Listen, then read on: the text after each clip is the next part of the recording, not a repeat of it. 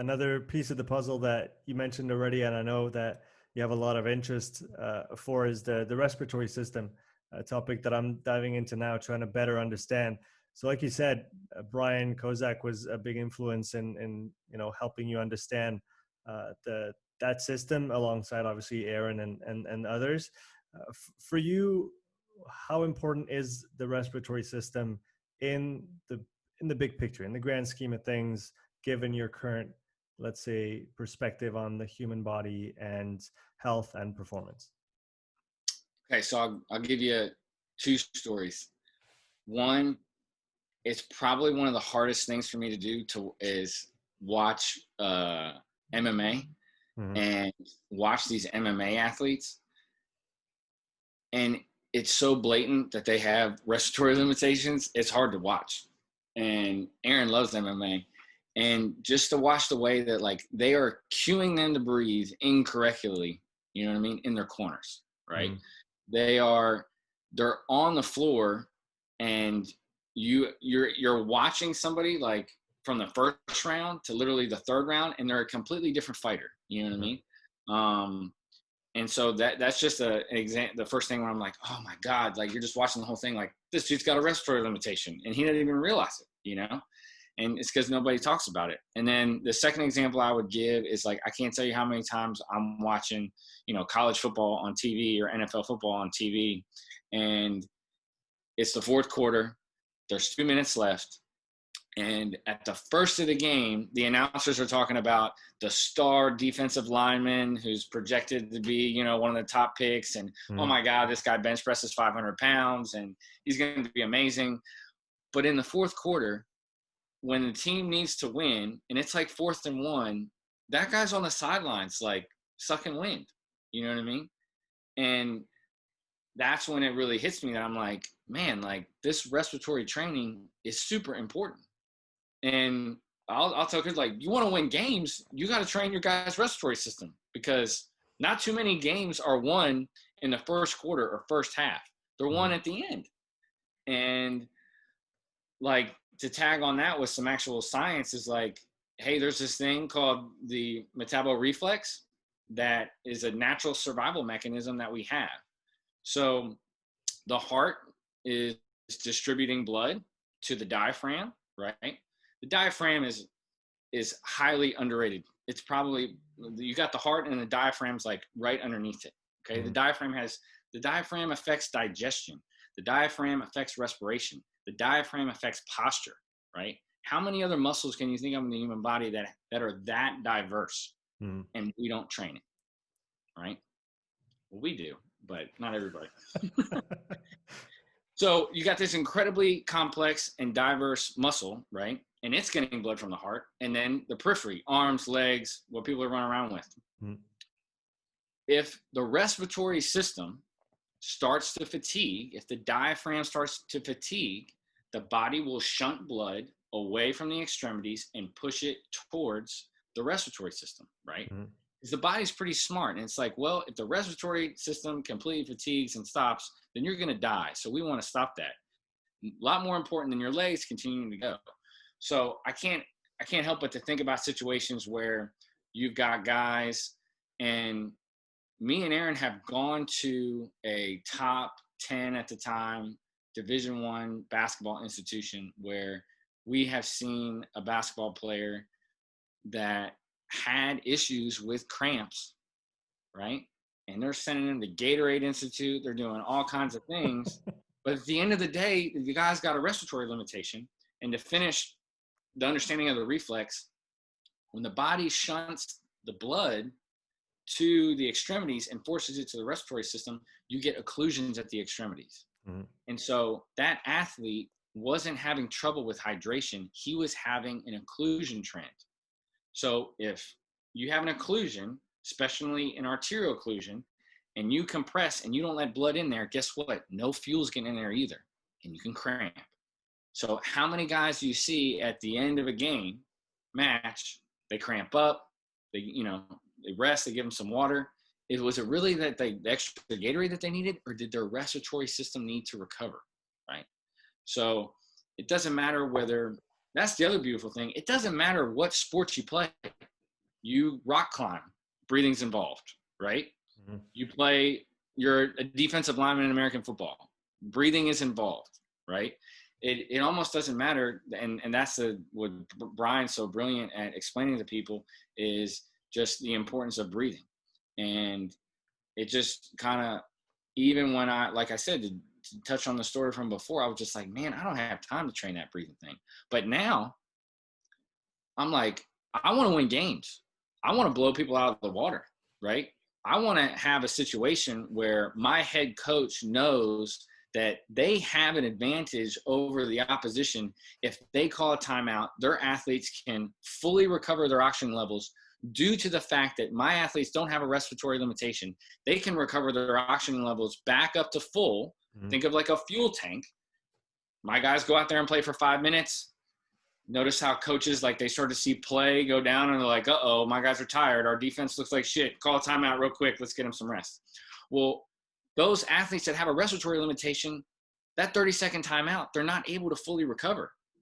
But if I have a team and all my guys don't have respiratory limitations, in fact, their respiratory system is a weapon that allows them to recover faster than the other team, then when they go back out, what do you think is going to happen? Then the next time out is called, the next time out is called, and it compounds itself. And then you have one team that is in a high oxygen utilization state at the end of the game versus another team that's at a low oxygen state. And guess what?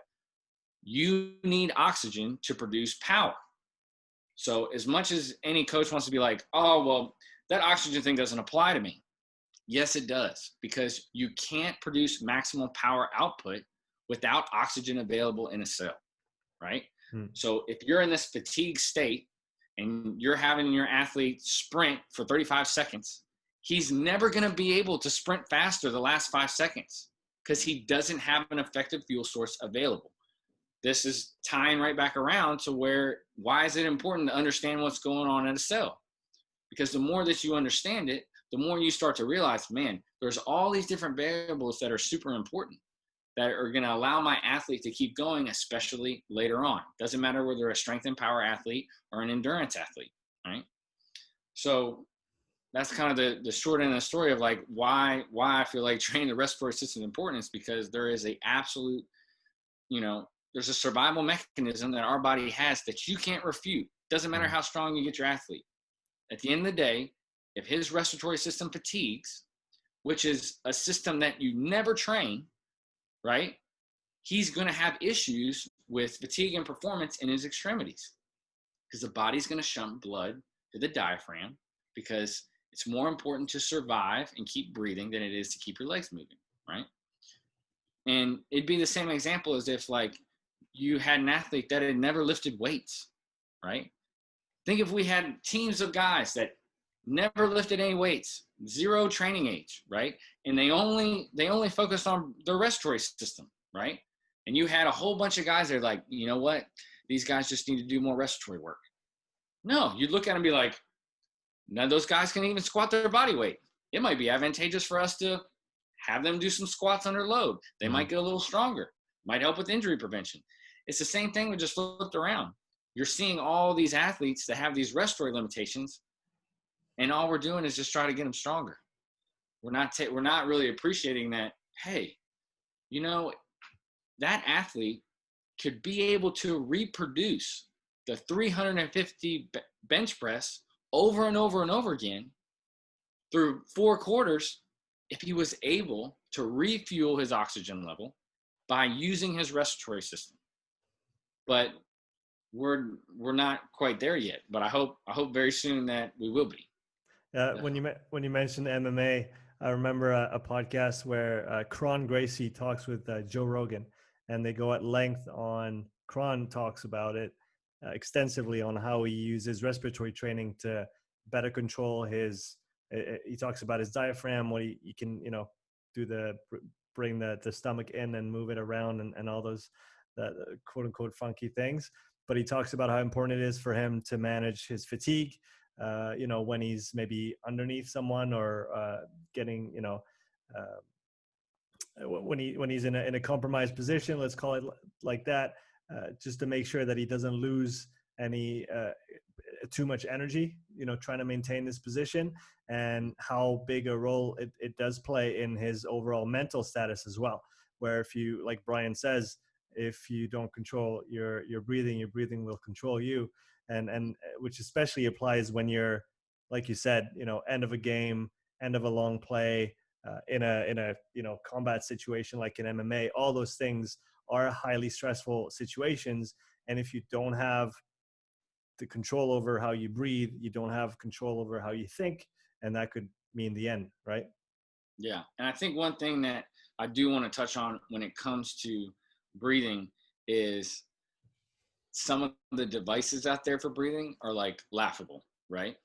So just keep in mind, if you're a coach out there and you are interested in training breathing, you do need a device that trains the inhale and the exhale. You know what I mean? It'd be buying a dumbbell and only being able to eccentrically load yourself with the dumbbell. Like, you wouldn't want to do that. You'd want to be able to do both, because both are important. And there's multiple reasons for why both are important. Even from, this is a tie into structure, function, and bioenergetics. So you have an athlete that has a infrasternal angle or a structure, right? That's a whole nother rabbit hole about infrasternal angle, but their structure could limit them in inhalation or limit them in exhalation, right? And then you might want to train an athlete and focus on expansion in different areas of their body, right? That way they're not have different areas that are completely compressed. You can also, so that's looking at the structure side. Then the function side of the breathing is, does my athlete fatigue at a respiratory rate, right? So I might have an athlete that as soon as their respiratory rate hits 35 breaths per second, the wheels fall off, right? So can I functionally train them to coordinate their breathing at higher respiratory rates so they don't fatigue, right? And that metabolic reflex doesn't kick in, right? Yeah, for those who want to understand that a little bit better, there's a great presentation again on the Moxie YouTube channel.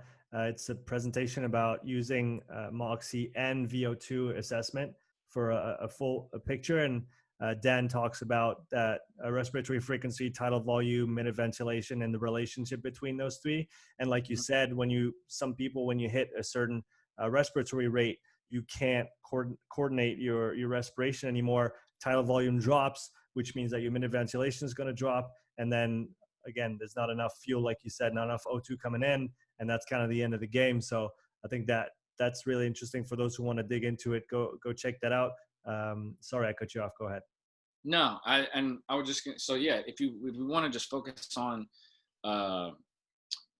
having the coordination aspect is huge. And there's devices out there that do the strength aspect. Is that important? Absolutely.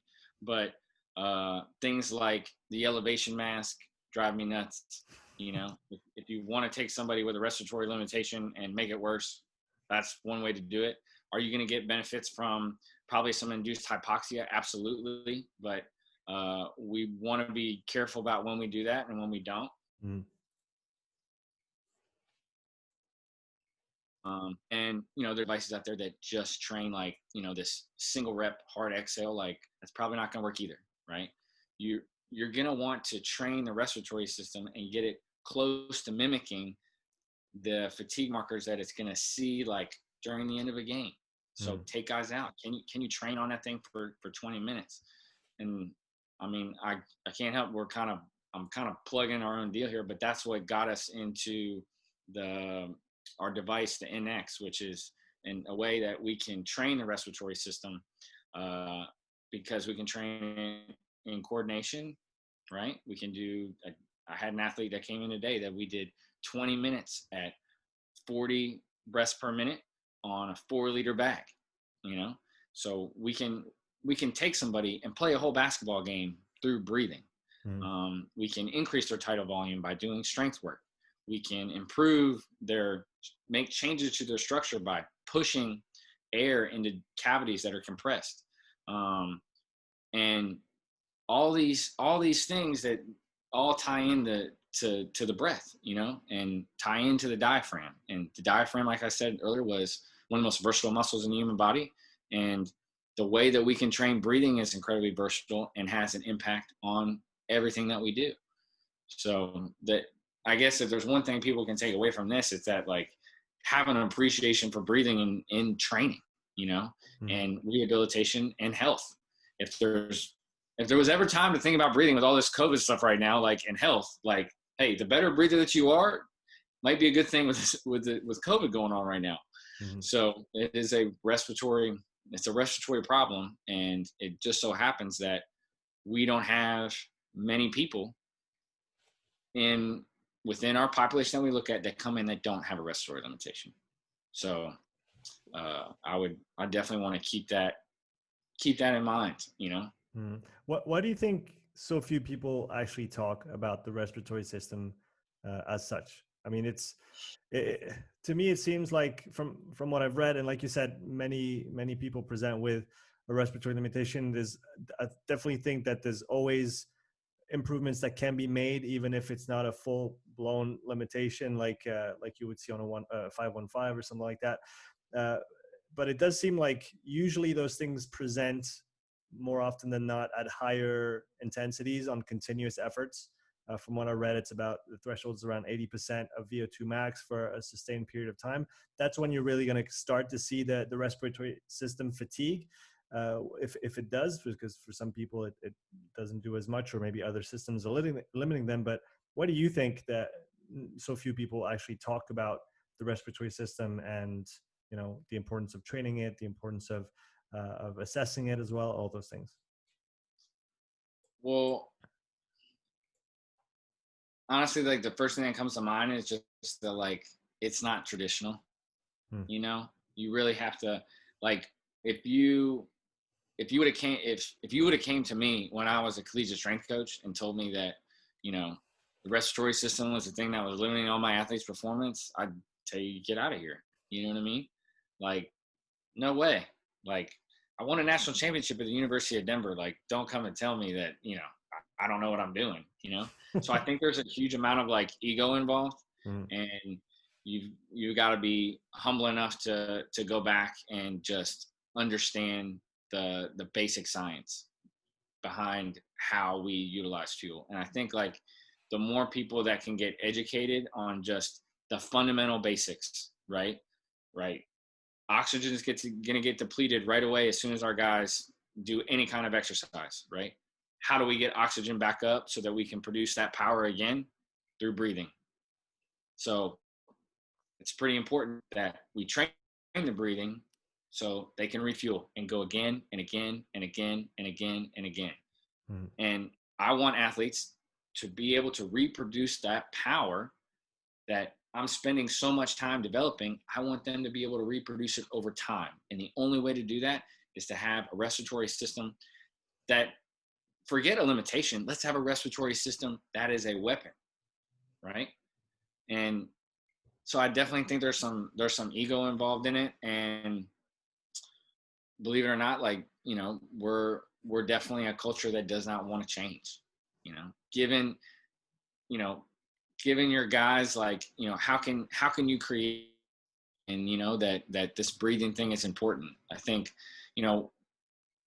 first thought is like, oh, that's like yoga, that's soft, that's that's not what we're about here. But at the end of the day, if you're about winning games, that's what I would be about. My logo would be whatever's going to help us win more games, because that's going to help me keep my job. And guess what? If breathing's going to help give my guys the most advantage possible, then that's what I'm going to do. And in actuality, if you go back to structure, function, bioenergetics, it could be a big role in why my athlete's getting injured. My number one job as a strength coach is to keep you on the field, keep you healthy. So if I got to use a breathing device to do it, I'm going to do it, So I honestly, like, I don't have a better answer for you than that. I think it's just simply lack of education, and then our egos kind of get in the way.